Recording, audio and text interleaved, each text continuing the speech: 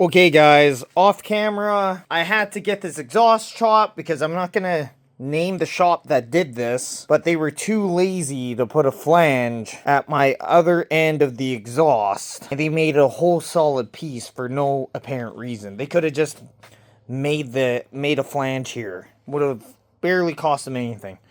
Anyways, I need to get this whole thing repainted. Look how spider cracked it is and damaged. I got to get that fiberglass, and I'm going to see if I could somehow get it paint matched. But right now, I got to tear the brakes apart on both sides, and then I'm able to drop the subframe.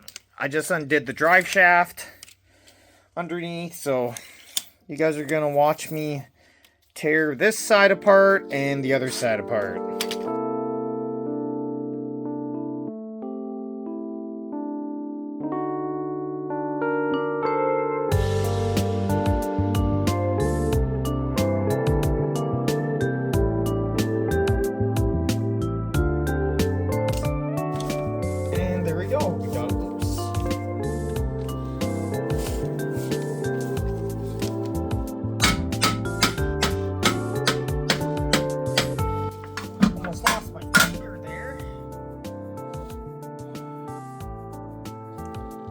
I think I'm gonna get new rotors, guys. I think I have new rotors downstairs. I have to look. Yeah, so if I'm getting this powder coated, I should technically pull out this bearing, this hub first.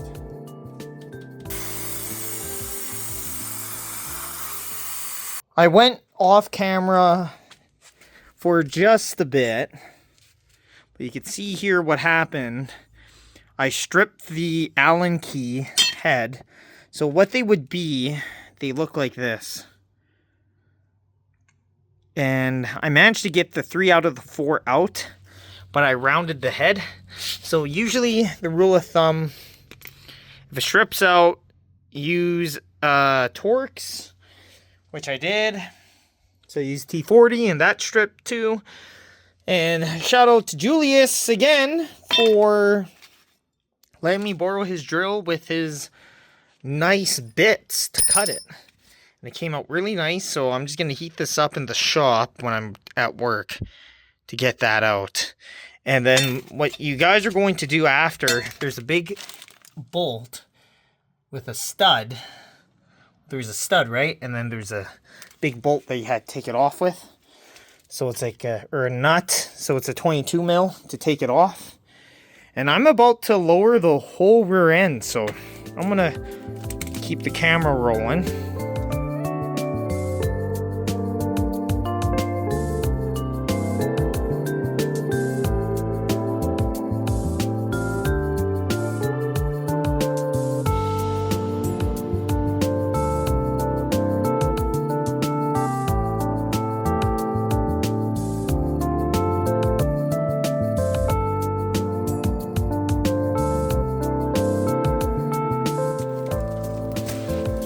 This sucks. Guess I gotta take the diff out separately. So I'm gonna go off camera again. There's 4 bolts. There's 2 bolts on top and then 2 bolts under.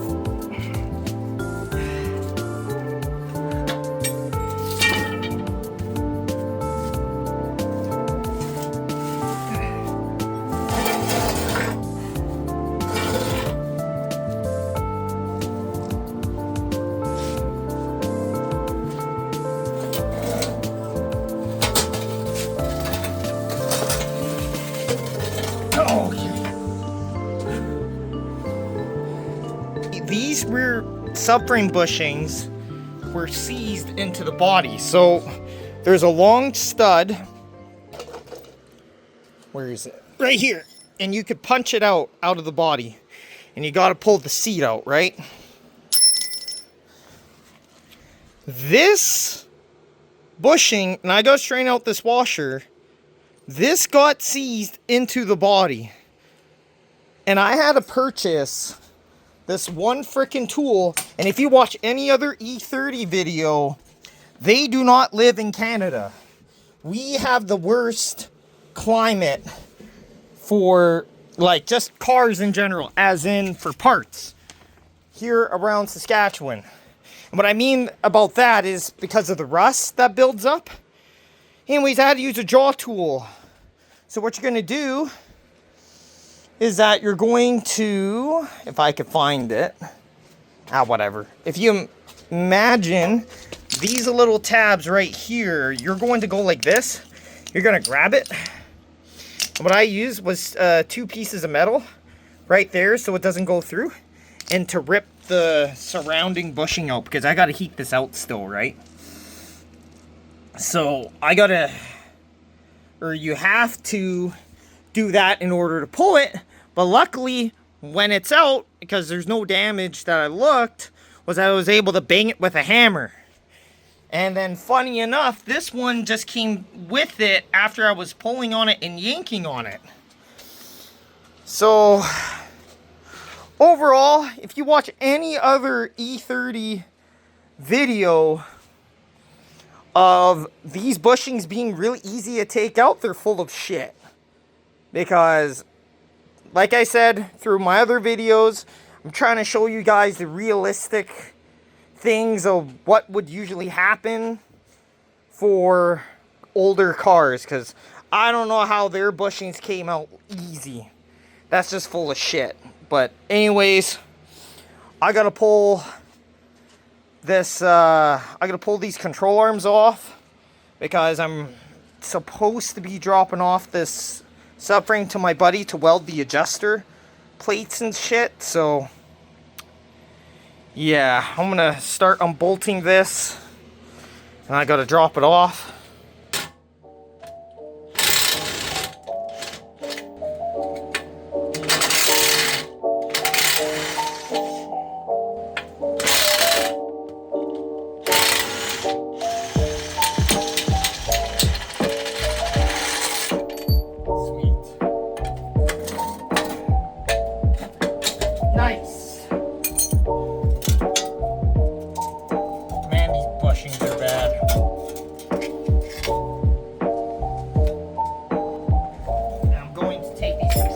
To work because I gotta press out these bearings.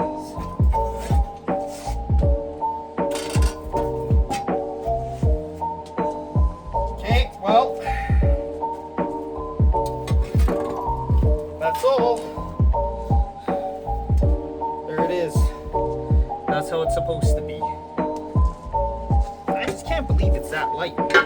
Anyways, guys, I'm gonna stop the video here because this video is just going to show you guys how to drop the subframe, the control arms, and also I got to show you guys something quick before I end off this video. I had issues with dropping the subframe, so I ended up taking out the drive shaft. And make sure you mark these, right? I marked it right on the spline. And I left the exhaust on, but I chopped it because, like I was saying earlier in the video, the machine, or the exhaust shop that did it, sucked. And I was able to weasel out the heat shield, wherever it is. I don't know where it is in the garage. Well, it's right there.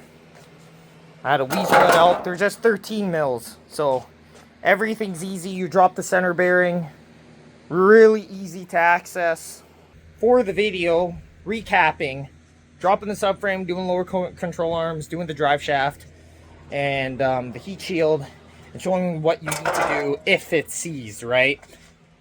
So, like I said, this channel is all about showing you guys the real world of building cars, and it sucks ass if you live in Saskatchewan, because everything's just rusted, man. And believe it or not, this car is 118,000 kilometers. And just because of that mileage, and this is a 90, doesn't mean that it's safe from rust, right? So, anyways, guys, hope you guys like this episode. And I will be continuing posting. I'll show you guys what the adapter shims are for the adjustment of toe and camber and getting powder coated and installing it. I still gotta do a bunch of other stuff. I hope you guys like this E30 content. I'll see you guys later. Peace.